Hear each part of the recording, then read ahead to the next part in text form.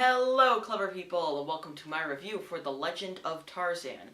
Now, The Legend of Tarzan is based off of the original Tarzan remake, the Disney classic, and it is about Tarzan, played by Alexander Skarsgård, going to attack a group of people because they stole his wife and a group of people that were his friends.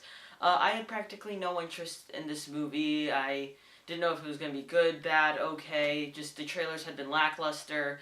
And I just had no opinion towards it. I didn't know what I was going to get into. And I did not like The Legend of Tarzan. I didn't vehemently hate it. And I didn't have a super strong feeling of hatred towards it. And it's not like I even disliked it that much. It's just, it's not a good movie. Like, as I said earlier, I thought the trailers were very lackluster. And I also thought the film was very much that way. It was a very dull movie. It just sort of dragged on. It was very boring, and it was very long, and the pacing was really off, and that was a big issue with the movie. The CGI was very, very noticeable. I mean, it didn't look terrible, but it didn't look good either. It's kind of like the film. It wasn't terrible, it wasn't good. It was just bad CGI, and it was very, very noticeable. A lot of people say that the CGI is the best part of the movie, but I gotta disagree with them. There's some flashbacks that they use throughout the film that go back to Tarzan's origin story, and that really distracted from the narrative of the film.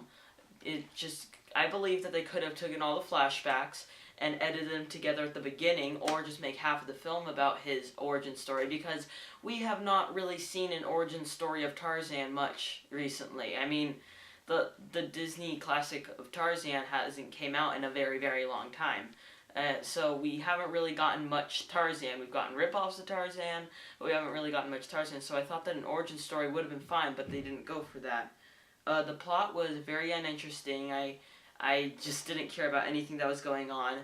And this is rare that it will happen in a movie, but it happens in some. You know when you're reading a book and you just sort of start reading the words, but you're not really processing what's going on?